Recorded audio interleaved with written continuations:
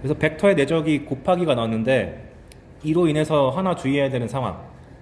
우리가 벡터의 크기는 벡터가 화살표로 주어졌을 때 요 선분의 길이랬잖아요. 근데 그럼 항상 내가 벡터 크기를 구하려면은 길이를 재야 되나? 자재고? 자대고? 아니잖아. 뭐 이상하잖아. 그 길이를 구하는 것이 내적을 통해서 구할 수 있다. 뭐냐면 벡터를 자기 자신끼리 내적시킨다고 생각해 보세요. 그럼 공식에 의거하면 한 놈의 크기 곱하기 다른 한 놈의 크기 곱하기 둘이 이루는 각도인데 자기 자신끼리 하면은 이루는 각도가 0일 거 아니에요. 그래서 코사인 0인데 여러분 중3 때 코사인 0 배우셨나요? 1입니다. 1. 그 말이 즉슨 1을 생략할 수 있으니까 제곱이네. 아하, 어떤 벡터의 크기를 구하는 방법은 자기 자신끼리 내적하면 된다. 그래서 엄밀하게 말하자면 벡터의 크기는 자기 자신끼리 내적한 다음 루트 씌우는 건데 대부분의 해설지를 째려보면 루트 쓰는 게 짜증나니까 제곱해서 구한 다음에 나중에 루트를 씌워요.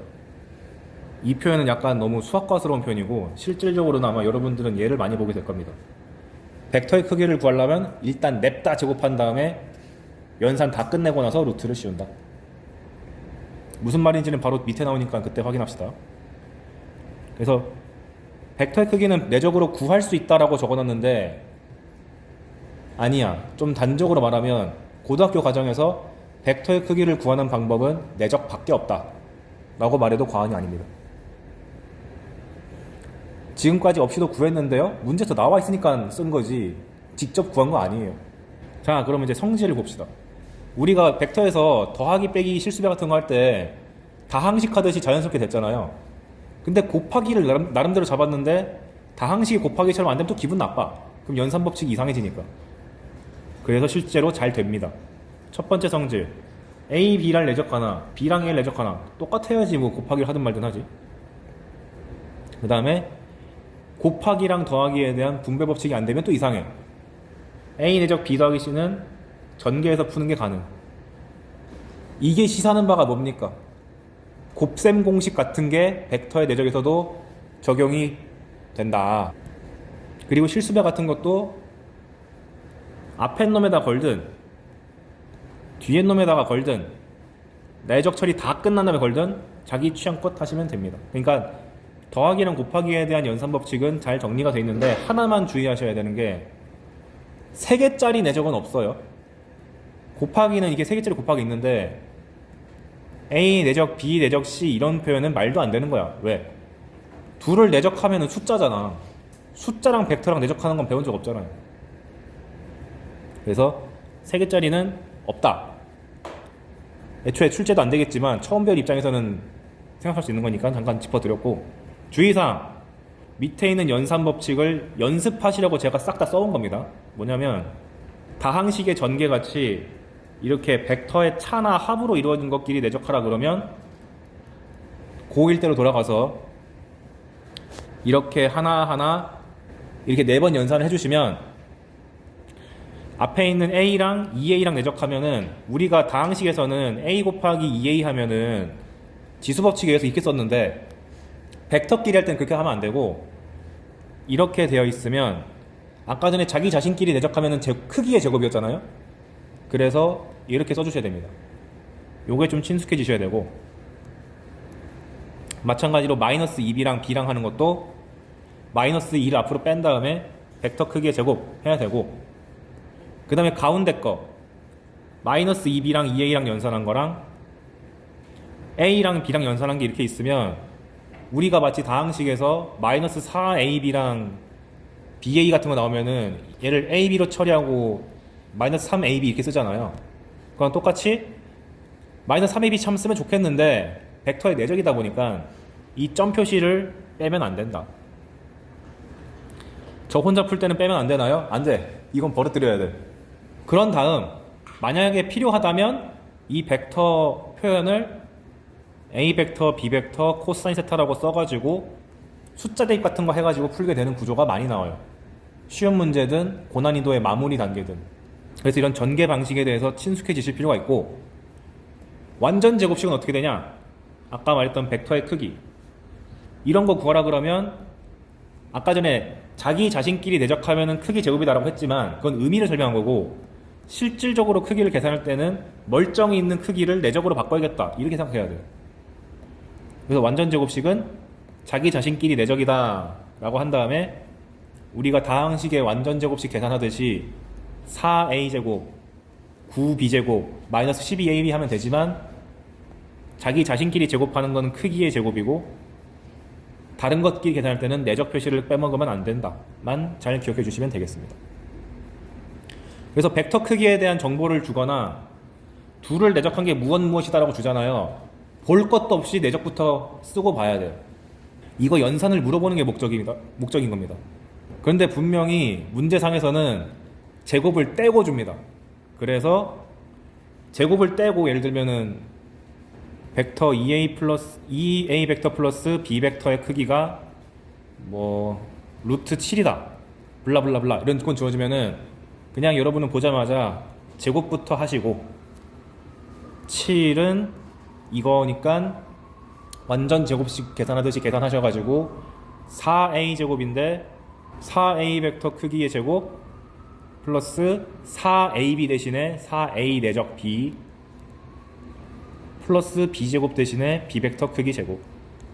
그럼 문제상에서 틀림없이 벡터 a 크기, 벡터 b의 크기 혹은 벡터 a랑 벡터 b가 이루는 각도 같은 게 주어져 가지고 셋 중에 둘을 준 다음에 나머지 하나를 계산하게끔 하는 게 나오겠죠. 그래야지 뭐 예를 들면은 이거 주고 벡터 a 크기가 뭐 1이다 벡터 b의 크기가 뭐 루트 3이다 이런 걸 줘가지고 대입해서 코사인만 구한다든가 이런 식의 문제 구조가 될 수밖에 없겠지. 그래서 여러분들은 문제의 난이도를 떠나서 크기에 대한 정보를 주면 일단 제곱부터 해서 내적을 써야겠군 이 생각을 하셔야 된다. 그래서 연산법칙 종류를 제가 3개 써놨으니까 충분히 다른 숫자 막 해가면서 연습하시고, 그런데 아까 전에 제가 벡터의 내적에서 각을 구하려면 AB 코사인 세타를 쓴다고 했잖아요. 그걸 교과서에서 한 번 더 강조합니다. 뭐냐면 A 내적 B가 A 벡터 크기 B 벡터 크기 코사인 세타라 그랬는데 각도만 강조하기 위해서 코사인만 남기고 내려요 이걸. 그러니까 굳이 다시 필기할 이유가 없는. 그래서 두 벡터 이루는 각을 구하려면 벡터의 크기를 곱한 걸 나눠주고 내적을 올리면 된다. 그냥 벡터의 정의를 코사인 관점에서 정리한 것 밖에 없지만 왜 유독 강조하느냐, 뒤 파트로 가면은 뒤 파트가 아니라 이 과거의 잔재인데 공간 벡터가 살아있을 때는 이 공식을 외워주는 게 엄청 중요했어요. 왜냐하면 공간에서는 직선과 직선이 이루는 각도, 직선과 평면이 이루는 각도, 평면이 평면 이런 거 다 했었거든. 그때는 이렇게 하는 게 유리했는데 지금은 그냥 교과서가 이걸 강조하고 싶어서 만들어줬구나 이 생각하면 됩니다. 근데 옆에 있는 뜬금없는 이건 뭐냐, 그 계산을 할 때 너가 좌표를 알면 벡터 A의 크기는 원점과의 그 거리로 구하고 벡터 B의 크기도 원점과의 거리로 구하고 내적은 배운 공식을 써서 계산해 이거지. 그러니까 의미는 이건데 실질 계산은 좌표로 하는 경우가 많다 보니까 한번 짚어주려고 교과서가 써놓은 것 뿐이다. 저걸 달달 외워서 한다기보다. 예를 들면 이런 거죠. 벡터 A가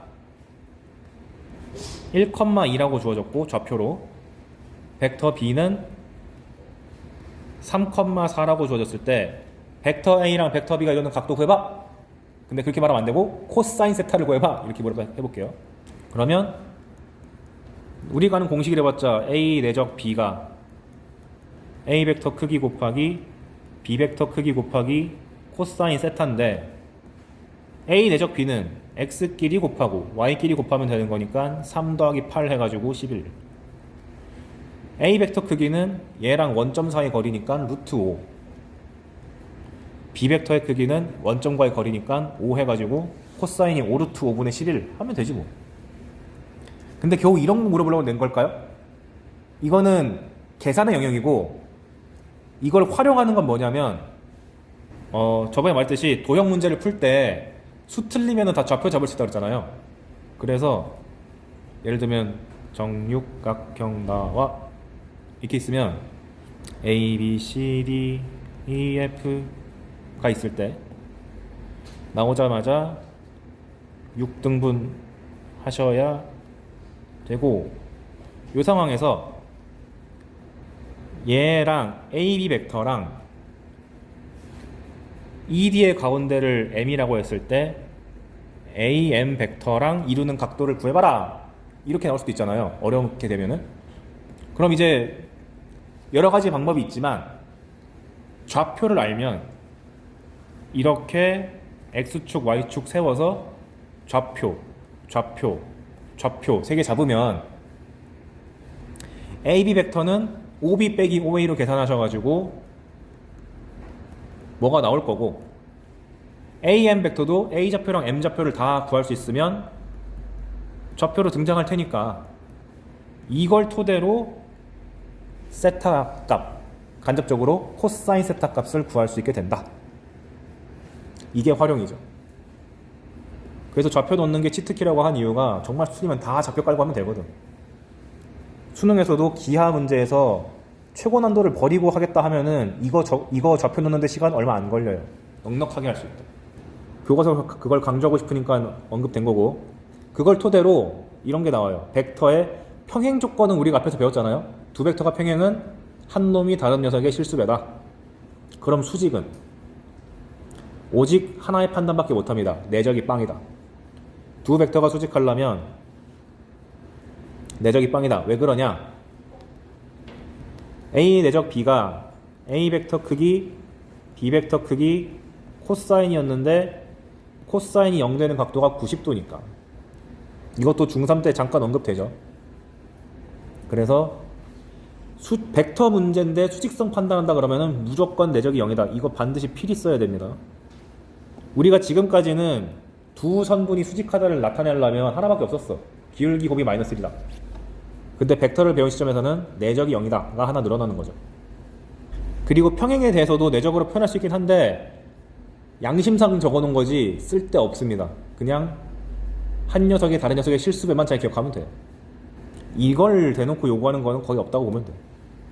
그리고 저번에도 이미 말했지만 벡터의 내적이 양수이려면은 각도가 예각이어야 되고, 그 다음에 벡터의 내적이 0 나오려면 90도가 돼야 되고, 그 다음에 벡터의 내적이 음수가 나오려면 둔각이어야 된다.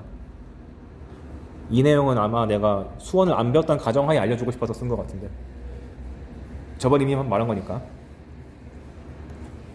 그 다음 2번. 요거는 별거 아닌데 산수적으로 조금 도움될 것 같아가지고 갖고 온 겁니다. 뭐냐면 어떤 벡터가 하나 주어졌는데 0벡터가 아니다. 그 상황에서 그 벡터의 수직이면서 크기가 뭐 5짜리인 건 구해봐라, 이런 거. 무슨 말이냐면 지금은 내가 다 알파벳 써놔가지고 뭔 소리인지 모를 텐데 구체적인 숫자 예시를 한번 봅시다. 벡터 A가 주어졌는데 3,4래요. 얘에 대해서 수직이면서 크기가 2짜리인 벡터를 한번 구해봐. 그럼 첫 번째 생각, 이 벡터는 두 개입니다. 왜? 어떤 벡터가 하나 주어졌을 때 수직이라고 하는 게 이렇게 수직인 경우도 있지만 반대 방향 수직도 있으니까 두 개 다 있어야 돼요. 그 상황에서 어떻게 구하냐면은 요령이 이거야. 평면 벡터만 가능한 짓인데 어떤 벡터의 수직인 거 구할 때 x랑 y랑 자리 바꾸고 한 녀석만 부호를 바꾸세요. 무슨 말이냐면 4랑 3이랑 자리 바꾸고 자리 바꾸고 자기가 편한 거 하나만 골라가지고 마이너스 붙이면 자동으로 수직이 됩니다. 진짜 그런가 보면은 3,4랑 4, 마이너스 3 내적하면 3, 4, 12, 4, 3, 12 막 나오네. 제가 알아낸 그냥 요령이니까 기억해 주세요. 근데 이렇게 되면 아직 크기가 2가 아니잖아요. 얘 크기 얼마지? 원점과의 거리니까 5가 돼서 끝났네. 크기가 5짜리를 2로 바꾸려면 5분의 2 곱하면 되지 뭐. 근데 곱하실 때 그 5분의 1을 곱해도 되지만 마이너스 5분의 2를 곱해도 괜찮다. 풀마가 다 되니까. 그래서 두 개가 나올 수밖에 없다. 연습. 벡터 A가 2,2루트 3인데 얘에 수직하면서 A 벡터랑 B 벡터랑 수직하면서 B벡터의 크기가 3이 되는 B벡터를 찾아보세요 라고 줬어요. 그러면 첫 단계가 일단 A벡터에서 일단 여기서 두 개의 자리를 바꾸고, 잠깐만, 여기서 여기 2루트 3 앞에다가 마이너스 하나 붙여주실래요? 의도가 있어. 그러면 자리를 바꾼 다음에 마이너스를 붙여줘야 되는데 당연히 어디 붙이면 좋을까? 이미 마이너스가 있는 쪽에 붙여야지 양수가 나오니까 기분 좋죠. 이렇게. 그런 다음 이 녀석의 크기를 구해보니까 원점과의 거리가 4가 되네. 그러면 이 녀석을 강제로 크기를 3으로 돌려야 되는 거니까 4분의 3을 곱해가지고 곱하기 4분의 3을 해서 2분의 3 루트 3, 2분의 3으로 하거나, 아니면 마이너스 4분의 3을 곱해가지고 마이너스 2분의 3 루트 3, 마이너스 2분의 3을 하거나, 자기 취향껏 하시면 되겠다. 별거 없죠. 실제로 교과서에서 이거를 따로 떼가지고 하나 설명할 정도로 좀 강조를 하니까 산수 팁으로서 알고 계시면 좋을 것 같습니다. 그리고 뒤에 단원에서 얘를 활용하는 게 대놓고 나오긴 해요. 그리고 드디어 이걸 알려줄 수 있게 됐어. 저번에 벡터가 두 개 크기가 일정할 때 둘을 더했을 때 제일 커지려면은 같은 방향이어야 되고 제일 작아지려면은 완전 반대 방향이다 를 이제 수학적으로 증명할 수 있게 됐습니다. 어떻게 하는 거냐? 벡터 A랑 벡터 B의 합의 크기를 구한다 라는 것은 제곱한 다음에 루트 씌우는 것이다. 근데 벡터의 제곱, 벡터 크기 제곱은 완전 제곱식으로 만드는 거니까 A제곱, 2AB, B제곱이다. 그런데 A 내적 B는 AB 코사인 세타니까 그냥 바꿔줬어. 그럼 여기서 코사인 값이 세타가 0이면 제일 크잖아요. 1이니까. 그래서 계산해 보시면 여기가 1로 바뀌면 A제곱, 2AB, B제곱이니까 우리가 이미 잘 알고 있는 A 더하기 B의 제곱이네. 그러니까 완전 제곱식으로 나가서 두 벡터의 합이 제일 커지려면은 그냥 두 벡터의 크기를 더하면 되는 거고, 코사인 값이 제일 작아지는 때는 180도입니다. 코사인은 0이면 제일 크고 180이면 마이너스 1로 제일 작아요. 그래서 180을 넣어주면 플러스 2AB가 아니라 마이너스 2AB가 돼가지고 A 빼기 B의 전체 제곱이 되기 때문에 나갈 때 두 벡터의 차로 나가게 됩니다. 이게 제일 작아. 그러니까 벡터의 크기의 최대초소를 결정하는 것은 둘이 이루는 각도다. 근데 지금 보면 알겠지만 세타에 대해서 딱히 제한 조건을 안 주면 답이 그냥 나와 있지. 그러다 보니까 제한 조건이 안 걸려 있으면 쉬운 사점이 되는 거고, 각에다가 제한 범위를 걸어버리면 약간 더 어려운 사점이 돼버려요. 세타가 0도랑 180도까지를 다 돌아다니는 게 아니고 몇 도부터 몇 도까지만 돌아다니면 어떻게 될까? 막 이렇게 물어볼 수 있거든. 그거 푸는 방식은 뒤에서 내가 유형을 한 방에 다 보여줄 테니까 일단 지금은 각도랑 벡터의 크기랑 엄청 밀접한 관련이 있구만, 이렇게 인식하시면 되겠다. 이건 증명 과정이니까 그냥 보고 이해만 하고 넘어가도 돼요. 교과서 개념은 마지막은 이겁니다. 직선과 원의 방정식. 결국 벡터가 점으로 나온다는 얘기, 좌표랑 점으로 된다는 얘기는 우리가 어떤 도형을 표현할 때 벡터를 활용할 수도 있다. 그 중에서도 가장 그 도형의 기본이 되는 직선이랑 원 정도는 벡터로 상당히 깔끔하게 표현되기 때문에 교과서가 제시를 해줘요.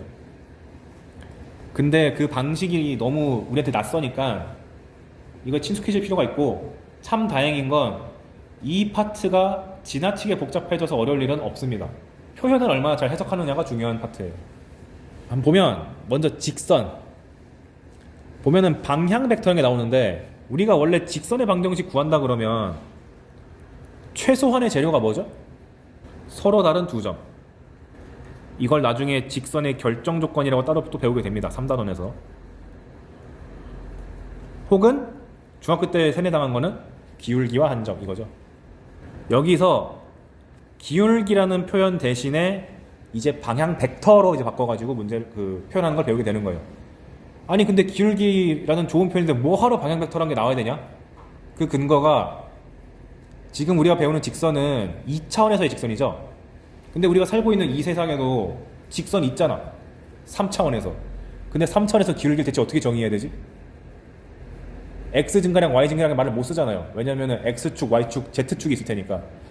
3차원 이상에서 그 직선을 정의할 때 벡터로 표현해요.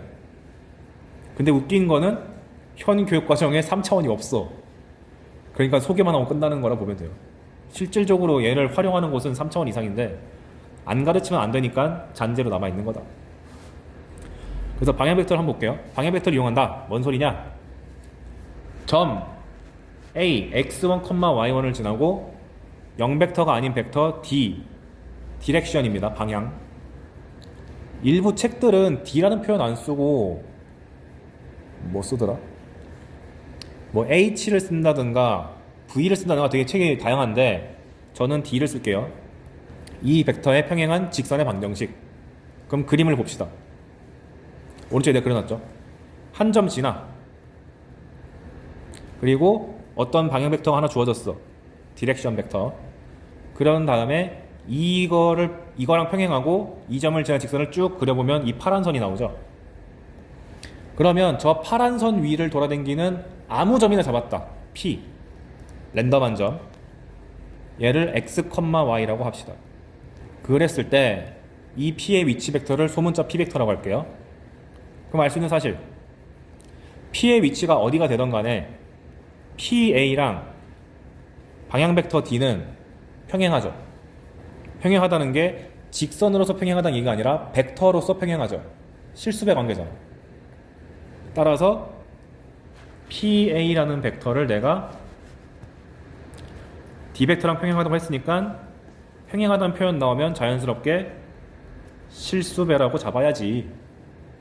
근데 보통 많이 쓰는 변수가 t입니다. 직선에선 유독 t를 많이 써요. 그 상황에서 이 PA 벡터를 그 위치 벡터로 고쳐주면 OA 잠깐만 PA 말고 AP로 할게요. 알파벳 순서가 이게 더 깔끔해가지고 OP 벡터 마이너스 OA 벡터가 TD 벡터가 되는 건데 여기가 소문자인데 기왕이면 OP랑 OA도 소문자로 바꿔주시면 소문자 P 벡터 마이너스 소문자 A 벡터가 TD 벡터가 되죠. 그래서 P 벡터만 남기고 다 옮겨주면 여기 제가 적어놓은 것처럼 P 벡터가 A 벡터 플러스 TD 벡터가 됩니다. 이것이 A를 지나고 방향 벡터가 D인 직선의 방정식이다. 그래서 이거를 벡터로 나타냈다 그래가지고 벡터 방정식이라고도 부르는데 그 말이 교과서에서 없어요. 하지만 그냥 벡터로 이루어진 방정식이니까 벡터 방정식이라고 부르는 게 이상하진 않으니까 우리끼리는 그냥 그렇게 부릅시다. 그래서 여러분들은 이거를 문제 풀 때 쓴다기보다 이런 표현이 등장했을 때 읽어낼 줄로 알면 돼요. 무슨 말이냐면 P 벡터가 주어지고 A 벡터가 주어지고 이런 표현이 나왔다. 근데 문제상에서 뭐 A 벡터가 뭐 1,2고 D 벡터가 뭐 3,4다 이런 말 주어지면 그냥 미지수가 붙어 있으면 여기가 방향 벡터, 안 붙어 있는 녀석은 지나는 점. 즉 문제상에서 A 벡터가 1,2라고 줬으니까 1,2를 지나고 방향 벡터는 3,4인 놈 이렇게 읽으란 얘기죠. 이걸 막 문제상에서 뭘 넣고 대입하고 그럴 때 쓰는 게 아니에요. 읽어내는 데만 씁니다. 그럼 두 번째, 그럼 식으로 써서 연산할 땐 뭘로 쓰냐? 좌표를 동원해야 돼요. 여기 P 벡터는 A 벡터 더하기 TD 벡터라고 했을 때 A 벡터가 아까 전에 x1, y1이라고 아까 잡아놨죠. 점의 좌표를. 방향 벡터는 a, b라고 잡아놨으니까 그리고 P 벡터는 x, y라고 잡아놨으니 우변을 정리하면 x1 더하기 at y 좌표는 y1 더하기 bt 라고 잡아서 x가 t에 대한 1차식 y가 t에 대한 1차식으로 등장하면 직선의 방정식이군 하고 읽어야 돼요. 여기서 의미하는 바가 상수항을 모아오면 지나는 점, 그 다음에 t의 개수를 가져오면 이게 방향 벡터. 이렇게 할 줄 알면 좋겠다. 그래서 예를 들면 x가 3-2t고 y는 1 플러스 3t다 라고 주어지면 보자마자 얘는 3,1을 지나고 방향 벡터가 마이너스 2,3인 직선 위의 점이야 라고 해석하면 됩니다. 그리고 이게 구체적으로 식으로 나왔기 때문에 뭔가에 대입한다든가 연립한다든가 혹은 어딘가의 거리를 구한다든가에 자유자재로 쓸 수 있게 되겠죠. 그래서 문제 풀 때는 사실 얘가 제일 중요하다고 보면 돼요. 그럼 세 번째 표현은 뭐냐? 벡터 표현을 주면은 너무 노골적으로 지난 점이랑 방향 벡터가 대놓고 보이니까 다른 방식으로 보통 제시가 됩니다. 뭐냐면 세 번째 표현, 우리가 고1 때 배웠던 도형의 방정식을 이용해 표현할 수 있다. 도형의 방정식이란 어떤 도형을 지나고 있는 x, y가 있을 때 그 x랑 y에 대한 관계식을 도형의 방정식이라고 그러죠. 그러면 현재 변수가 3개예요. x, y, t. t를 죽인 식이 도형의 방정식입니다. 어떻게 죽이냐? 이 식에서 t만 남기고 다 왼쪽으로 옮기면 t는 x-3 한 다음에 마이너스 2로 나눈 거고, 여기서 y에서 t는 y 빼기 1 한 다음에 나누기 3 한 거죠. 그런 다음 t를 쏙 숨겨. 이렇게 줘도 직선의 방정식 해석해야 돼. 근데 우리 입장에서는 당연한 거 아니야 싶잖아. 고1 때 배운 거니까. 나중에 배우겠지만, 그러니까 내년도 아니지, 대학 가면 배우겠지만 대학에서는 여기다가 z까지 붙여서 표현하게 돼요. 이러면 좀 새롭죠. 근데 우리 입장에서는 2차만 하니까 대체 이걸 왜 배우는지가 알 수가 없다. 하지만 어쩌겠냐, 해야겠죠. 근데 실질적으로는 얘를 보고 뭘 하셔야 되냐? 첫 번째는 지나는 점을 파악해야 돼. 파악하는 방법, x 빼기에 걸려있는 요 숫자 3,1 지난다. 그 다음에 밑에 분모에 깔린 요 숫자들이 방향 벡터. 왜 굳이 방향 벡터를 구해야 되나요? 이 방향 벡터를 토대로 직선끼리 이루는 각도를 구할 때 쓰거든요. 그래서 방향 벡터를 파악하는 것만큼은 언제나 해주셔야 됩니다. 그리고 세 번째가 이 직선 위의 점을 표현할 때 아까는 t를 지웠잖아요. 근데 반대야. 문제 풀 때는 이렇게 써 있어도 여러분이 강제로 t라고 써셔가지고 x는 블라블라 t, y는 블라블라 t 이렇게 써주셔야 됩니다. 그래야지 점에 대한 연산할 때 뭔가 할 수 있게 돼요. 그래서 문제 상황에서 제일 많이 만나는 표현은 3번인데 3번을 보고 2번으로 끌고 가서 문제 푸는 게 목적. 고등학교는 그걸 제일 가장 자주 출제한다. 근데 여기서 드는 의문점, 방향 벡터에 0 들어가면 어떡하지?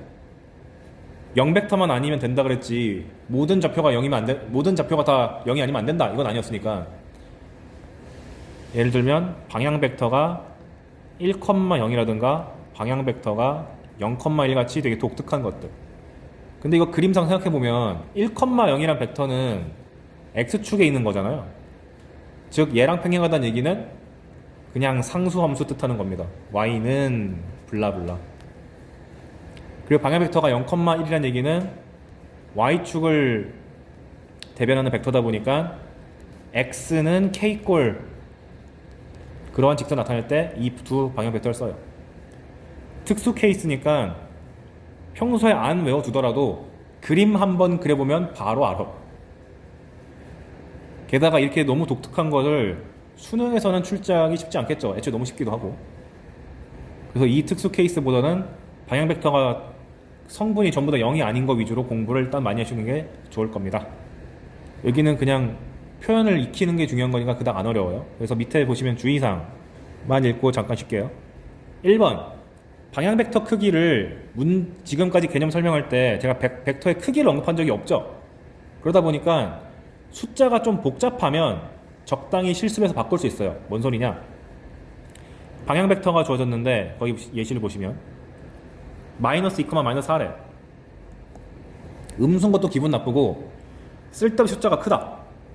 그러면 여기서 공통수를 뽑아내가지고, 즉 마이너스 2 곱하기 1, 마이너스 2 곱하기 2라고 봐가지고 동시에 소거시켜서 방향 벡터의 크기나 혹은 원래 방향과 반대 방향 정도로 바꾸는 거는 지장이 없습니다. 자기 취향껏 깔끔한 숫자로 바꾸는 거 마음대로 해도 돼요. 그래서 음수를 양수로 바꾼다든가, 혹은 양수긴 양수인데 아이 분수야, 좀 기분 나빠, 그러면 강제로 크기를 불려서 자연수로 만들어도 상관없다. 그래서 방향 벡터 고르실 때 숫자가 너무 복잡하면 취향껏 바꾸시고, 그리고 방향 벡터가 기울기를 대체하는 편이라고 그랬는데 진짜로 그런지 한번 봐보니까 x1, y1을 지나고 방향 벡터가 a, b면은 이렇게 쓰이거든요. 근데 얘를 우리가 아는 직선의 방정식 형태로 쭉 돌리면 기울기가 a분의 b가 나와. 즉 방향 벡터가 a, b란 얘기는 기울기 x분의 y, a분의 b가 그대로 성립을 한다. 그러니까 문제 상황에서 방향 벡터가 2, 3이야 랑 동의어는 기울기가 2분의 3이야 란 말과 동의어고, 반대로 기울기가 2분의 3이야 라고 하면은 방향 벡터가 2, 3이라고 가 왔다 갔다가 되면 좋겠습니다. 그럼 여러분들이 고1 때 배웠던 직선 이론을 막 쓰고 싶으면은 방향 벡터가 나왔을 때 기울기로 고치는 거고, 문제에서 벡터를 쓸 수밖에 없는 상황이 왔다면 기울기가 나왔을 때 벡터로 돌려가지고 푸는 거지. 그 다음에 아까 전에 직선을 결정할 때 기울기와 한 점도 있지만 서로 다른 두 점을 지난 직선도 우리가 구할 수 있잖아요. 그때 기울기를 구하는 방식이 그냥 두 점 사이에 x 증가량분의 y 증가량 잡아가지고 기울기 구했듯이, 여기서도 두 점이 만약에 하나가 1,1이고 하나가 3,5 뭐 이렇게 주어지면 이 두 점을 지난 직선 구해봐라, 단 벡터를 이용해서 라고 하면은 방향 벡터 잡으실 때 AB 벡터를 잡아서 구하거나 BA 잡아서 구하거나 자기 취향껏 하시면 됩니다. 얘 같은 경우는 B가 더 값이 크니까 AB 벡터를 잡으시면 5B-5A라고 생각하셔서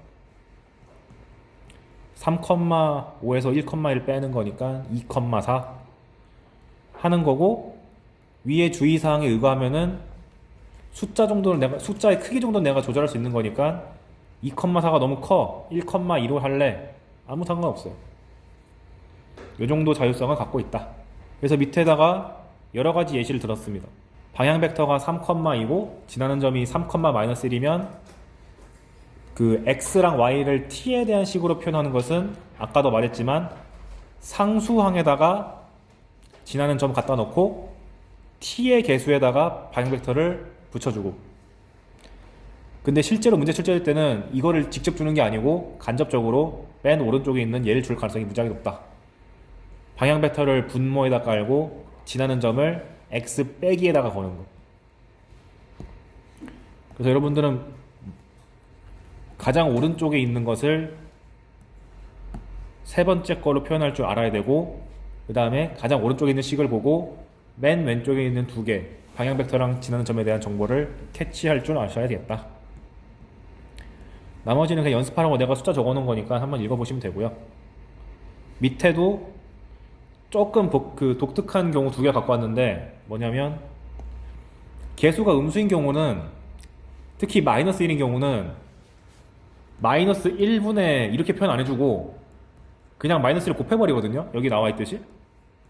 그러면 여러분이 강제로 이렇게 마이너스 y 더하기 2 이런 표현 나오면 불쾌하게 느끼고 마이너스 1을 강제로 분모로 뺀 다음에 y 빼기 2라고 써주셔야 돼요. 음수가 보이면 무조건 다 분모로 뺀다. 그 다음에 이런 식으로 분모의 숫자가 있는 게 아니라 아까 봤던 것처럼 대놓고 x, y다 개수가 붙어 있으면 이것도 불쾌해. 큰 수로 나눠버려가지고 가급적 최소 공배수로 나눠가지고 다 모든 숫자가 분모로 내려가게끔 만들어주면 되겠습니다. 그런 다음에 나머지는 해석하면 되는 거죠. 그래서 숫자 연습해보시라고 제가 이것저것 막 적어놨으니까 복습할 때 한번 읽어보시면 당연한 얘기하고 있네 이런 느낌밖에 안 들 거예요. 이게 방법 1. 방금 배운 방식은 2차원에서도 적용되고 3차원, 4차원, 뭐 n차원 다 되는 방식이고, 두 번째 방식은 법선 벡터라는 게 나오는데 법선이란 말은 낯설 것 같아요. 이거는 뭐냐? 사실 직선을 만들기 위해서 나온 방법은 아니고 우리가 3차원에서는 직선도 있지만 이런 면도 있죠. 면을 정의할 때 어떻게 정의하냐면 요 면이 있을 때 요 면에 이렇게 수직한 이 벡터를 기준 잡아가지고 정의하거든요. 왜냐면 어떤 면이 있을 때 걔한테 수직한 거는 하나밖에 없다고 나중에 알게 되거든. 공간도형 할 때 알게 돼요. 그래서 이 평면 정의할 때 이 면에 수직한 벡터를 법선 벡터라고 해서 n이라고 부르는데 왜 하필 n이라고 쓰냐면은 보통 수직하다는 표현을 쓸 때 노멀이라는 표현을 많이 씁니다. 평범한이라는 영어 단어도 있지만 다른 뜻도 있어요, 수학에서는. 근데 문제는 우리 지금 3차원 하는 거 아니잖아요. 이 평면을 내가 시선을 잘 두면 내가 시선을 잘만 두면 이렇게 볼 수도 있잖아. 그죠? 그러니까 원래 3차원 이상에서는 평면을 정의할 때 이걸 쓰는 건데 우리는 2차원에서만 놀고 있다 보니까 어쩔 수 없이 직선으로 떨어지게 됐다. 그렇다고 이걸 안 소개하기에는 좀 그랬는지 교과상 남아 있습니다, 이 내용이. 얘도 마찬가지로 산수만 잘하면 되는데 앞에 거보다 더 쉬워요. 뭐냐? 한 점 x1, y1을 지나고 이 직선의 수직한 벡터, 법선 벡터가 n 벡터인데 그게 a, b라고 주어졌다. 항상 수직. 그러한 직선의 방정식을 구하려면 어떻게 하면 되냐? 얘는 진짜 좋은 게 표현이 한 개밖에 없어. 그러니까 써먹을 수 있는 표현이 하나밖에 없어. 어떤 방식으로 하냐면 이 위에 있는 아무 점이나 잡아서 그걸 p라고 한 다음 p의 좌표를 x, y라고 하시고 그럼 이 p의 위치가 어디 있던 간에 AP 벡터를 잡았을 때 이 법선 벡터 n이랑 수직할 수밖에 없죠. 왜냐면 수직한다는 게 이거 직선 전체 수직한다는 얘기인데 직선의 일부를 잡아도 다 수직할 거 아니야. 그래서 그 수직하다는 표현을 벡터로 끌고 오면 내적이 빵이다 해가지고 여기 관계식 너무 생략했네. AP 벡터랑 법선 벡터랑 수직이다. 근데 벡터에서는 수직하다는 표현은 내적밖에 없다. 내적이 0. 근데 여기서 대문자 소문자 섞여 있는 게 좀 기분 나쁘니까 다 소문자로 바꿔주면은 OP 빼기 OA를 소문자 P 벡터 빼기 A 벡터로 바꾸셔서 여기다가 별 모양 다루는 요 표현이 나오게 된다. 좌표를 다 때려 박아서 계산을 해보자. P라는 벡터가 x, y라는 좌표를 갖고 있었고 A라는 벡터는 x1, y1을 갖고 있었고 N이라는 벡터는 A, B라고 아까 전에 설정해놨기 때문에 적어놨어요 여기다가. 그 다음에 벡터의 차를 계산한 다음 내적이 x끼리 곱하고 y끼리 곱하고 더하는 거였으니까 그냥 열심히 산수 툭닥툭닥 거리면 이렇게 나와요. 이거 우리 이미 고1 때 배웠던 거잖아. ax 플러스 by 더하기 c는 0. 그러니까 별로 안 어렵다. 게다가 아까 방향 벡터 나왔을 때는 내가 지나는 한 점 구하라고 계속 요구를 했는데 여기서는 법선 벡터만 구하면 문제 없습니다. 근데 그 법선 벡터란 게 정말 구하기 쉬운 게 x 개수랑 y 개수 그냥 끌고 오면 돼요. 게다가 이미 ax 더하기 by 더하기 c는 0꼴을 봤기 때문에 우리 보통 이걸로 점과 직선 사이 거리 많이 구했잖아. 이 형태에서 우리가 해놓은 게 많기 때문에 교과서 상에서는 그냥 법선 벡터 빨리 찾아서 각도 구할 때나 써라 이런 느낌으로 나와요. 교과서는. 우리는 좀 더 할 거지만. 그래서 밑에 보시면 예제 좀 적어놨습니다. 법선 벡터가 3,4고 지나는 점이 1,-2면 어떻게 되냐? 3, 4를 x, y 개수에 깔아준 다음에 지나는 점이 주어지면 x 빼기 그거, y 빼기 그거 해가지고 갖다 붙이시면 된다. 이거 완전 산수 기능적인 영역이니까 숫자 바꿔가면서 여러분들이 그냥 연습하면 되는 거라서. 그리고 법선 벡터가 1,2거나 법선 벡터가 0,1인 독특한 상황은 얘도 법선 벡터가 1,0이면 x는 뭐다 이렇게 하는 게 아니라 그림 한번 그리면 돼요. 법선 벡터가 1,0이란 얘기는 이 벡터가 법선 벡터란 얘기인데 근데 얘는 직선에 수직한 거니까 딱 봐도 지금 y축에 수직해서 x는 블라블라 꼴이 될 수밖에 없구나 그냥 눈치챌 수 있는 거고 법선 벡터가 0,1로 주어지면 0,1이란 게 너무 노골적으로 x축이랑 수직이니까 이게 법선 벡터가 되려면 y는 블라블라 형태의 상수함수 형태의 직선이 나올 수밖에 없다. 그러니까 평상시에는 법선 벡터의 성분이 둘 다 0이 아닌 거 위주로 나오니까 요거 위주로 공부하시면 되겠습니다. 주의사항, 방향 벡터랑 마찬가지로 법선 벡터도 법선 벡터 열심히 내가 구해봤더니 뭐 마이너스 8, 마이너스 8이야. 아니, 불쾌하다. 마이너스 8을 나눠가지고 1,1로 바꿔치기 해서 풀어도 아무 지장 없다. 그 다음에 아까 전에 방향 벡터는 직선에 평행한 거였죠? 그런데 법선 벡터는 이 직선에 수직한 거죠? 그러니까 당연히 방향 벡터랑 법선 벡터의 관계는 서로 수직. 근데 이 말은 여기 써놨지만 2차원에서만 성립합니다. 그럼 바꿔 말하면 뭐냐면 아까 전에 어떤 벡터가 나왔을 때 걔랑 수직한 벡터를 구하는 방법이 좌표가 나와 있으면 x, y 자리 바꾼 다음에 하나 마이너스였잖아요. 그럼 예를 들면 방향 벡터가 2,3으로 주어지면 자동으로 법선 벡터는 뭐가 되는 거죠? 3이랑 2랑 자리 바꾸고 자기가 원하는 데다가 마이너스 붙이면 된다. 나는 뒤에다 붙일래요. 그래서 2차원만의 특권은 방향 벡터나 법선 벡터를 하나만 알면은 나머지는 자동으로 따라온다. 원래 3차원부터는 이거 불가능합니다. 근데 우리는 안 할 거니까. 그 얘기를 있어 보이게 문자로 쓴 게 이 내용이고요. 그 다음에 법선 벡터를 정의하는 이유는 아까 설명했죠. 평면을 만들고 싶어서 원래 만든 건데 대학 가서 공부하자. 그 다음 4번. 이게 준킬러급으로 나와. 뭐냐? 아까 전에 직선의 방정식 만들 때 수직하다를 써가지고 만들었잖아요. 여기서 이걸 전개해가지고 생각해 보시면 P벡터에다가 무언가를 내적한 거고 우변은 결국 어떤 위치 벡터랑 어떤 법선 벡터, 즉 상수로 이루어진 벡터를 내적한 거니까 우변을 그냥 상수 취급해서 생각하면 직선의 방정식이라 함은 어떤 임의의 벡터랑 어떤 벡터랑 내적했을 때 상수가 나오는 구조구나 라고 받아들일 수도 있습니다. 그래서 보통 표현될 때는 이렇게 소문자로 안 나오고 밑에 내가 예시 들어놓은 것처럼 대문자 표현을 써가지고 하나는 돌아다니는 벡터, 하나는 고정된 벡터인데 둘을 내적했더니 항상 일정해. 그러면 그 돌아다니는 벡터의 위치는 특정 직선 위에 있을 수밖에 없다. 그 직선을 네가 알아내라 가 목적이에요. 그래서 그 얘기를 제가 한글로 쭉 써놨습니다.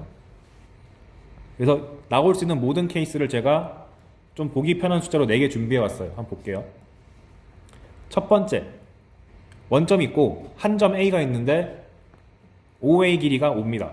그리고 얘는 고정된 벡터예요. 그리고 점 P는 아직 내가 정체를 모르는 임의의 벡터. 그 상황에서 이 조건이 주어지면 대체 P는 어디 위의 점인가? 판단하는 방법은 내적이란 게 길이의 곱 곱하기 부호라는 거 기억하시죠? 이걸 통해서 만듭니다. 그리고 내가 괄호에 써놨듯이 직각 삼각형 만들기라고 해놨네. 왜 그런 거 하니? 내가 길이의 곱이랑 부호 설명할 때 다른 한 벡터에서 나머지 한 벡터에다가 수선해발 내려가지고 만들었었잖아요. 그러니까 이 직각삼각형 구조를 만들어줘야 되는데 어떻게 하는 거냐? 보세요. OA가 고정됐어. 그러니까 여기는 완성된 그림이니까 과정을 보여드리면 OA가 하나 주어졌어. 그런데 길이가 5래. 그죠? 그런데 OP 내적 OA가 25라는 얘기는 바꿔 말하면 OP란 것이 P가 뭐 어딘가에 놀고 있을 텐데 OP에서 OA에다가 수선해발을 내렸을 때 그때의 길이랑 OA 길이랑 곱했을 때 25인 거잖아. 그러면 이 내린 길이도 곱해서 25 나오려면 5가 될 수밖에 없죠. 따라서 P의 위치가 내가 지금 잘못 짚었네. 5에 찍히려면 P의 위치가 여기가 아니라 OA로부터 수직한 요 라인에 있어야지만 수선해발을 내렸을 때 여전히 길이가 5가 돼가지고 5 곱하기 5 해가지고 25가 되는구만 라고 해서 P의 위치는 요 오렌지색 직선 위에 있을 수밖에 없다 라고 P의 위치를 확정 지은 다음에 나머지 조건으로 뭐 문제를 풀어나가면 됩니다. 그래서 의미를 내가 한글로 써놓긴 했지만 이 직선을 찍어내기만 하면 사실 끝이에요. 막 법선 벡터가 어떻고 저떻고 이렇게 외울 필요까지는 없습니다. 그래서 이 경우는 주어진 벡터랑 정확하게 값이 일치한 경우를 제가 보여드린 거고, 실제로 이렇게 정확하게 일치한 경우는 많이 안 나오고요. 약간 모자라거나 약간 남거나 이렇게 나옵니다. 그래서 약간 모자란 것부터 보면 OP의 적 OA가 항상 20이다. 그러면 과정을 보여드리면 OA가 이렇게 크기가 5라고 고정되어 있는데 P라는 점이 있고 OP를 그었을 때 수선의 발을 내렸더니 이 길이랑 전체 길이 5랑 곱했을 때 20 나와야 되는 거니까 이 빨간색 표시한 길이가 4가 나와야 된다. 5, 4, 20. 그러니까 그 위치에 맞춰서 수선의 발 찍어주시고 수직한 게 꽂아야 되는 거니까 이 수직한 선을 쭉 연장한 요 선에서 P가 놀고 있어야지 수선의 발을 내렸을 때 계속 꾸준하게 길이가 4가 나온다. 그래서 P의 위치는 요 연두색 직선 위에 놀고 있다 라고 해석할 줄 알아야 됩니다. 이거 진짜 중요해요. 수능에서 28번까지를 안정적으로 맞으려면 이거 무조건 알아야 됩니다. 이번에 넘치는 경우 30. 뭐 비슷하겠지 뭐. OA 크기가 5로 고정돼 있고 이번엔 수선의 발을 내렸을 때 길이가 6이 나와야 되니까 P의 위치가 여기 내부에서 놀고 있으면 안 되겠다. 더 길어야 되니까 이쯤에서 놀고 있다고 생각하고 쭉 만든 다음에 수선의 발을 내렸을 때 길이가 6이 되는 지점을 찾은 다음 이 수선의 발 내린 요 선분을 쫙 연장했을 때 이 선이 P가 놀고 있는 선. 연보라색. 그 다음 제일 힘든 상황이 음수. 음수면 A랑 P랑 같은 방향에 있는 게 아니고 P를 저 뒤로 보내야 돼요. 둔각 나와야 되니까. 그래서 OP 내적 OA가 마이너스 5가 나왔다 하면은 일단 마이너스에 주목해서 OA랑 같은 방향이면 안 되겠다. 좀 꺾여야겠다. 라고 생각하시고 마이너스가 없다고 가정했을 때 길이의 곱이 5가 나와야 되는 거니까 이쯤에서 놀고 있는 P가 수선의 발을 이렇게 내렸을 때 여기 나오는 길이가 1이 나와야지 1 곱하기 5 해서 5가 나오는군. 즉 P가 놀아야 되는 선은 이 선이 될 수밖에 없다. 뒤로 한 칸 간 요 선. 그래서 이 노란색 직선이 P가 나타내는 직선. 그래서 교과선 이걸 언급 안 하는데 실질적으로 적당히 좀 어려워지는 문제는 이거 다 물어보니까 네 가지 케이스 모두 다 친숙해지도록 연습했으면 좋겠다. 그리고 저는 의도적으로 여러분들 좀 편하라고 시점을 다 O로 바꿔놨는데 실전 문제에서는 AB 내적 AP 이렇게 바꿔놔요. 그러면 이제 여기 그림에서 바뀌는 것이 시작점이 O가 아니라 다른 점을 바뀌는 것 뿐이겠죠. 근데 일단 O로 연습을 충분히 한 다음에 변경된 거 보면은 적응할 수 있으니까 이거는 그 기하를 좀 잘하고 싶은 사람은 필수 과정이라고 보시면 되겠다. 자, 그래서 요거는 이제 응용에서 언급을 한 거고, 오케이. 근데 이 차원에서 결국 우리 직선의 방정식 다 배웠는데 이거 굳이 왜 배우냐? 이것 때문에 배웁니다. 두 직선이 이루는 각을 구하고 싶어서. 왜냐면 벡터의 내적으로 두 벡터가 이루는 각의 크기를 구할 수 있었는데 방향 벡터는 두 벡터의 방향을 나타내는 거겠다 보니까 직선이 이루는 각을 구할 때 방향 벡터만 쏙 가져와서 걔들끼리 이루는 각을 구하면 직선끼리 이루는 각을 구하는 거나 마찬가지라서 그 그림이 여기 나와 있죠. L과 M이 있는데 L의 방향 벡터를 U라 그러고 M의 방향 벡터를 V라고 했을 때 이렇게 이루는 각도나 얘네끼리 이루는 각도나 다를 게 없다. 평행선끼리 하는 거기 때문에. 따라서 두 직선이 이루는 각의 크기를 구할 때 코사인 세타를 구하는 방식은 방향 벡터끼리 내적해서 구하면 된다. 근데 여기 그림에는 U부려 되어 있는데 기왕이면 전 D1, D2라고 하겠습니다. 이거는 저자 취향에 달린 것 같아요. 일부 교과서는 UV를 쓰고요. 일부 교과서는 D1, D2 써요. 근데 보통 직선끼리 이루는 각의 크기를 구할 때는 0부터 90도까지만 구합니다. 그 말인 즉슨 예각 쪽만 구하기 때문에 코사인 값이 양수인 것만 원하거든요.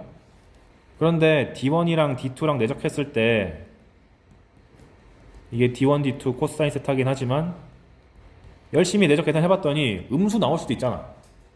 그걸 방지하기 위해서 절대값 씌워버려요. 무슨 말이냐 하면 지금은 그림상 내가 방향 벡터가 이렇게 나와 있는데 좌표로 계산하다 보면 방향 벡터가 반대 방향으로 나와서 둔각될 수도 있잖아. 이 사태를 방지하기 위해서 내적한 다음에 절대값을 씌우고 나서 코사인을 구해야지 안전하게 예각이 나온다.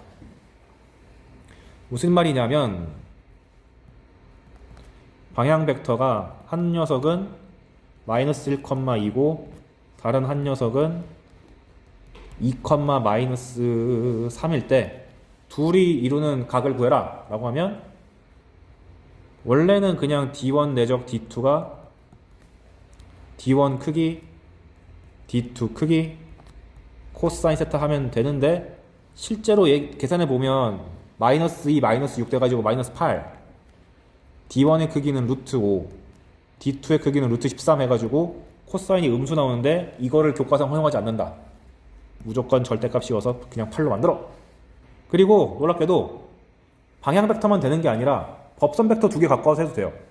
그 근거는 뭐냐면 이렇게 직선 2개 있을 때 얘네 둘이 이루는 각도가 세타라 그러면 법선 벡터는 이렇게 생겼고 그 다음에 이렇게 생겼을 거 아니에요. N1, N2라 그러면 N2를 평행이동 해가지고 N1에 붙여주면 뭐 이렇게 되겠죠? 그럼 생각해봐. 수직하다는 얘기는 이 직선을 90도 돌렸다라고 봐도 되죠. 90도 회전. 그러면 N1은 L을 90도 회전시킨 거랑 똑같고 N2는 M을 90도 회전시킨 거랑 똑같으니까 각을 그대로 90도 회전시키면 안 변할 거 아니야. 따라서 굳이 방향 벡터가 아니라 문제에서 법선 벡터가 더 편하면 법선 벡터로 계산해도 아무 지장이 없다. 그래서 직선의 수직, 평행 혹은 각도 구할 때 방향 벡터랑 법선 벡터를 써서 구하라고 교과서에서 제시하고 있습니다. 그래서 나오는 연습 문제가 이런 게 있어요. 점 3,2를 지나고 이 직선과 평행한 직선을 구해라 혹은 수직한 직선을 구해라 이런 거 하거든요. 그래서 만약에 이런 식으로 주어졌다고 하면은 3,2를 지난다고 했으니까 일단 x 빼기 3이랑 y 빼기 2는 필수. 그런데 평행하다 그러면은 방향 벡터가 안 변하는 거니까 이렇게 끌고 오는 거. 근데 수직하다 그러면 아까 배운 요령대로 둘이 자리 바꾸고 부 하나를 마이너스로 붙여줘 가지고 이렇게 바뀐 거 확인할 수가 있죠. 그 다음 맨 밑에 있는 건 얘도 봐도 이 직선과 평행한 거 보라 그러면은 3이랑 4라는 계수는 그대로 와야 되는데 3,2 지나했으니까 x 빼기 3, y 빼기 2. 수직하라 그러면은 3, 4 위치 바꾸고 하나 보고 아씨 오타. 왜 내가 2라고 했지? 여기가 4로 돼야 돼. 그래서 이런 유형이 하나 있고 밑에 보시면은 이제 실전 문제 이런 거예요. 두 직선이 주어졌다. 그랬을 때 두 직선이 이룬 예각의 크기를 세타라고 할 때 코사인 세타를 구해봐라 라고 하면은 이렇게 표현되면은 제가 미지수 앞에 붙어있는 게 방향 벡터라고 했죠. 그리고 t 앞에 붙어있는 개수가 1과 마이너스 1이니까 l의 방향 벡터는 1, 마이너스 1. 근데 여기서 좀 생뚱맞은 거, 아니 왜 t가 안 나오고 s가 나오지?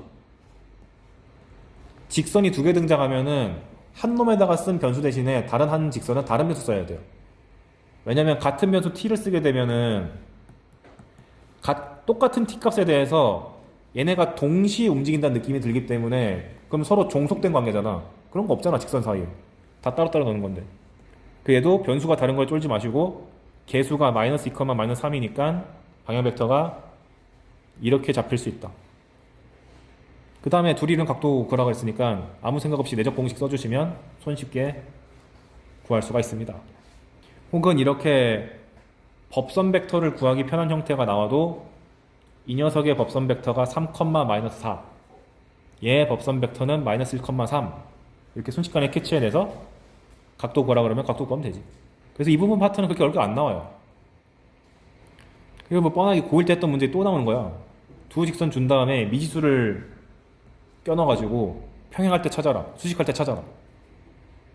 근데 사실상 평행할 때는 여기에 방향 벡터랑 여기 방향 벡터랑 평행하다랑 똑같은 거고, 수직해라 그러면은 두 방향 벡터끼리 내적했을 때 빵 나오는 거고, 근데 평행하다라고 나왔을 때는 한 벡터가 다른 벡터의 실수배다, 이걸로 푸는 거고. 그 얘기를 내가 여기다가 이제 수식으로 쫙 써놨으니까 한번 산수 계산은 직접 해보시길 바랍니다. 이런 게 이제 초반 그 준킬러 나오기 직전급의 문제가 되는 거고요.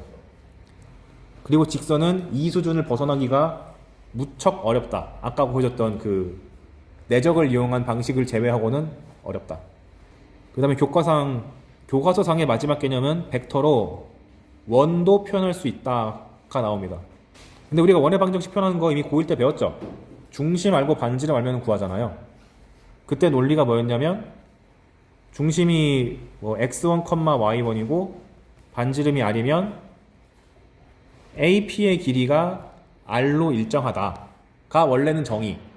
근데 이건 식이 아니다 보니까 마침 원의 방정식 배우기 직전에 배운 게 점과 점 사이의 거리 공식이라서 얘를 루트 p를 x, y라고 했을 때 x-x1 제곱 y 빼기 y1 제곱 해가지고 그게 났더니만 루트가 기분 나빠 해서 양변 제곱해서 나온 게 원의 방정식이잖아요. 벡터도 비슷해요.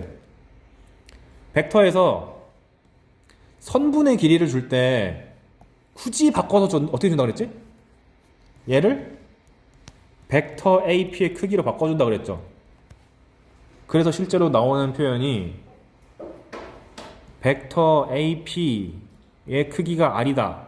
이렇게 노골적으로 주면은 땡큐인 거고, 즉 움직이는 점 P랑 고정된 점 A를 줬을 때 일정하면 얘가 중심, 얘가 반지름 이렇게 읽으시면 되고, 우리를 속이기 위해서 소문자 벡터로 바꿔주면은 OP 빼기 OA에서 소문자 P 벡터 빼기 소문자 A 벡터로 바꿔가지고 이렇게 줄 수도 있습니다. 근데 결국 똑같은 의미죠. P가 내가 모르는 벡터하고 A는 고정된 벡터, 이게 중심, 일정하다는 이 길이가 반지름, 이렇게 주면 돼요. 실제로 이런 표현들이 쉬운 문제에서는 대놓고 줍니다. 그런데 출제자가 조금 우리를 괴롭히려면은 이렇게 해요. 벡터의 크기 나오면은 앞에서 구할 때 제곱했던 거 기억나시죠? 그래서 양변을 제곱해요. 그러면 여기 소문자 P벡터식 요거식을 써가지고 제곱을 하면 완전 제곱식에 의거해서 P제곱 빼기 2AP 플러스 A제곱은 R제곱, 그렇게 되겠죠. 그래서 그걸 전개하면 이렇게 나와요. 그래서 벡터에 대해서 완전 제곱식인데 상수항이 좀 이상한 것 같아. 그러면 원의 방정식 강력하게 의심. 무슨 말이냐? P벡터 제곱 마이너스 2A 내적 P 플러스 9는 0 나왔는데 A 벡터 크기가 5라고 줬어. 그럼 대체 P는 어디 비의 점이게? 라고 말하면 완전 제곱식이 무지하게 수상하다. 근데 약간 모자란 게 있어. A제곱이 안 보여.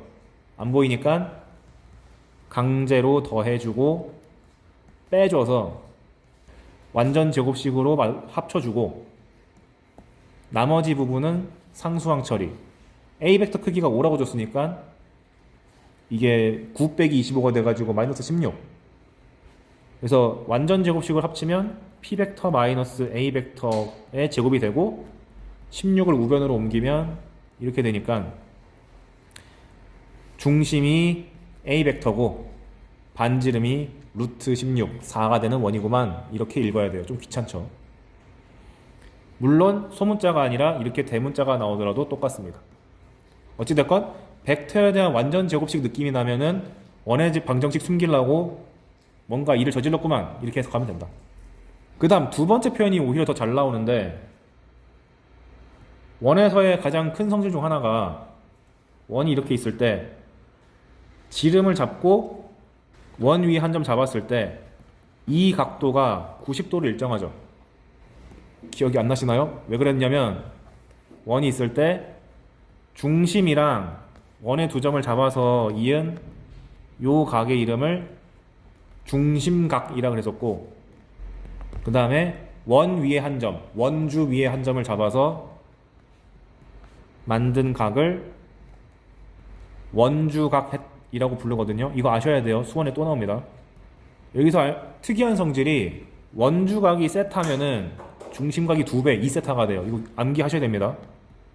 근데 그 중에서 저 호 AB가 정확하게 원을 반반 나눠 먹으면, 즉 AB가 지름이면 여기 각도가 180도다 보니까 여기 원주각이 그 절반인 90도가 될 수밖에 없어서 반원이 등장했는데 저기 90도 표시 안 한다? 큰일 난다. 여러분이 현재 기하 배우기 때문에 내가 많은 말은 못하겠지만 미적분에서도 이거 거의 100% 출제되는 요소 중 하나예요. 이거 꼭 아셔야 됩니다. 근데 90도라는 관계가 나왔기 때문에 벡터랑 엮으면 90도는 내적이 빵, 이런 말을 우리가 이미 앞에서 배웠어서 PA 벡터랑 PB 벡터랑 내적하면 0이다 라고 말을 쓸 수도 있겠네. 그 얘기를 여기다가 제가 그림판으로 그려왔어요.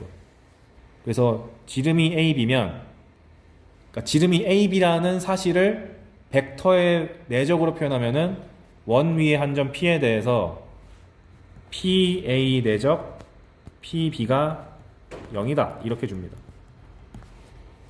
여러분이 그래서 돌아다니는 점 P에 대해서 고정된 점 2개가 나와가지고 내적했더니 빵 나오면 아하, 지름이 AB구만. 그럼 끝난 거잖아. 지름의 양끝점을 알면 중심은 그거의 중점일 거고 반지름은 지름의 반이니까 다 나오는 거죠. 저거를 이제 굳이 좌표로 바꿔서 연산하면은 여기 밑에 나와 있는 주의 1번이 나오는데 이거를 실질적으로 써먹을 일은 별로 없습니다. 왜냐면 우린 결국 원의 방정식을 제대로 분석하려면 중심이랑 반지름 하는 게 더 중요한 거잖아요. 얘는 그냥 좌표를 해봤더니 이렇게 나와요 정도의 수준인 거고, 이거의 진짜 의미는 지름의 양끝점을 빨리 파악해라가 더 먼저입니다. 그러니까 얘도 우리 알아보기 힘들게 하려면 어떻게 해야 돼? 전개해야지. 그래서 이렇게 소문자로 P 빼기 A 벡터 내적, P 빼기 B 벡터 내적이 0이다 라는 표현을 전개하면은 약간 우리가 중학교 때 인수분해 처음 배울 때 x제곱 빼기 a 플러스 bx 플러스 ab 요런 거랑 되게 비슷한 게 나와요. 그래서 여러분들이 여기서 x제곱 빼기 a 플러스 bx 이런 느낌의 구조가 등장하면 지름의 양끝점이 ab라는 거 주고 싶었는데 나한테 숨기려고 별짓을 다 했구만 이렇게 인식하면 되겠죠. 그래도 다행인 거는 상대적으로 아까의 변형보다는 덜 나옵니다. 어차피 위에 거가 훨씬 더 복잡하다고 인식하나 봐요. 그래서 이거 잘 주의해 주시고, 그래서 밑에서 한번 연습해 보면 세 점 A랑 B랑 P가 있다. 전제 A, B는 확실하게 고정된 점이고 P는 아직 정체를 모르는 점이다. 그런데 다음 식이 성립하면 대체 어디 도형 위의 점이냐? 알아봐! 라고 줬어요. 실제로 많이 나오는 편입니다. 뭐냐? OP 내적 OA가 OP 벡터 크기 제곱이래. 조심해야 되는 거. 아까랑 다른 거예요. 아까도 OP 내적 OA가 25가 되는 거 봤잖아요. 근데 이때는 내적했을 때 숫자가 일정한 거죠. 근데 얘는 내적했는데 숫자가 일정한 거 아닙니다. P가 돌아다니는 거기 때문에 얘도 확정되지 않은 값이에요. 그래서 직선이라고 단정 지으면 안 되는데, 그럼 이 상황에서 어떻게 하냐? 인수분해 하듯이 얘를 처리해야 됩니다. 무슨 말이냐면 OP제곱이란 것은 OP 내적 OP다 보니까 공통인수가 보이는구나, 좌변으로 몰아가지고 정리해야겠다 이 생각을 해야 돼요. 그래서 이 나와있네, 얘를 왼쪽으로 몰아가지고 OP로 묶는데 기왕이면은 이렇게 왼쪽으로 옮겼다고 가되지만 오른쪽으로 옮겼다고 생각해서 주어를 다 OP로 통일시켜가지고 OP 빼기 OA가 0이다. 그 말인즉슨 아까 전에 우리가 배운 게 PA 내적 PB가 0이라고 했었는데 지름의 양끝점이 AB면 얘가 사실 전개하면 OA 빼기 OP, OB 빼기 OP가 0이라고 볼 수도 있는 거고, 공통 주어인 OP를 앞으로 당겨오면 어차피 양옆이 그 오른쪽 0이니까 마이너스 부호 처리하는 거는 당연한 할 수 있는 거니까 이렇게 쓸 수 있는데, 아니 여기에 OA는 있는 거 알겠는데 여기 뭐가 없잖아. 원점이 지름의 양끝점 중 하는 거죠. 그래서 P가 이런 상태인데 O랑 이어주고 A랑 이어줬을 때 수직이다, 이런 상황인 거죠. 그러니까 지름의 양끝점이 OA다. 그러니까 우리가 이렇게 알파벳이 다 다르게 있으면 잘 해석하다가 오히려 특이한 점, 원점 같은 거 등장하면 좀 어려워하거든요. 그래서 의도적으로 이해시 가져왔으니까 한번 자기 스스로 천천히 한번 해석을 해보시고 복습할 때. 두 번째, 그럼 이번에 알파벳이 가득가득하다. AB 내적 AP가 AP 제곱이다. 똑같겠지 뭐 요령이. AP 제곱을 AP 내적 AP라고 바꿔주시고, 그럼 공통적으로 AP 벡터라는 게 있으니까 앞에 있는 AB랑 AP를 연산해서 빼줘서 하나로 통일시키면 AB 빼기 AP인데 두 벡터의 차는 AB가 OB 빼기 OA라고 했는데, 여러분 조심해야 되는 것이 우리가 자꾸 좌변을 우변으로 가는 걸 많이 했지만 멀쩡하게 있는 빼기를 합치는 것도 중요한 거예요. 얘 같은 경우는 AB 빼기 AP 시점이 통일된 상태에서 빼고 있는 거니까 뒤에 있는 놈이 앞으로 가고 앞에 있는 요 B라는 게 더 뒤로 가서 PB 벡터라고도 볼 수 있어야 된다. 즉 AP랑 PB랑 내적했을 때 빵, 바꿔 말하면 PA랑 PB랑 내적해도 빵. 그러면 가장 기초적인 상태인 PA랑 PB랑 수직 관계니까 원이 튀어나오지롱. 이렇게 요 두 표현은 꽤 자주 나오는 표현이니까 알아두시길 바란다. 그러면 이제 밑으로 한번 가볼게요. 주의사항, 이게 어려운 문제로 응용되면 밑에 표현이 필연적으로 나옵니다. 이거 암기해야 돼요, 고난이도 풀려면. 뭐냐, 좀 뜬금없는 아이디어인데 이 PA 내적 PB라는 요 표현이 뒤에 가서 자주 등장해요. 어떻게 등장하냐면 A라는 점을 이렇게 주고 B라는 점을 고정시켜 줍니다. 그 상태에서 돌아다니는 점 P를 하나 줘요. 그랬을 때 이 돌아다니는 점 P에 대해서 PA랑 PB랑 내적하면 언제 최대고 언제 최소냐, 이렇게 물어보거든요. 근데 이 문제가 왜 어려우냐면 PA 내적 PB란 게 벡터 내적 공식을 쓰면 PA 크기 곱하기 PB 크기 곱하기 둘이 이루는 각도인데 P가 움직이다 보니까 얘가 돌아다니면은 각도도 변하고 PA 크기도 변하고 PB 크기 변하는 게 무려 3개야. 너무 어려워. 그래서 나오는 아이디어가 뭐냐면 좀 발상적인데 특이하게 AB의 가운데를 잡아보세요. 그런 다음 지금 과정 보여주는 거예요. 결과는 깔끔하게 한 줄로 나옵니다. PA 벡터를 M을 거쳐서 가게 나타내면 PM에다가 MA를 더한 거라 보면 되죠. 즉 PA를 PM 더하기 MA로 바꾸고 PB는 똑같이 PM 더하기 MB로 바꿔. 그런 다음 잘 보면 MA랑 MB랑 똑같은 점에 대해서 방향만 반대고 길이도 똑같죠. 역벡터지. 그러니까 저는 MA 대신에 마이너스 MB로 고칠 수 있게 되는 거고, 그 다음에 MB란 것이 AB의 반절이죠. 그러니까 MB 대신에 2분의 1 A 벡터라고 바꿔치기 하고 뒤에 있는 MB도 2분의 1 AB로 바꿔칠래. 이렇게 해놓고 보니까 합차네. 그래서 합차 공식처럼 적용해주면 PM제곱 빼기 4분의 1 AB제곱이 등장합니다. 그래서 여러분들이 얘를 과정을 다 봤으니까 외워주면 참 좋겠네. 고난이도 문제 풀 때 정말 너무 자주 나와. 평면 벡터에서 가장 어려운 유형 3개 꼽아라 했을 때 얘가 하나 들어가요. 그럼 뭐가 좋아지냐 이게? 아까 전에 AB는 고정된 거라고 했잖아요. 그렇다는 얘기는 AB 크기 정도는 고정된 거죠. 그리고 AB가 고정됐으니까 걔네의 중점도 고정된 거죠. 그러니까 내가 모르는 건 P밖에 없어.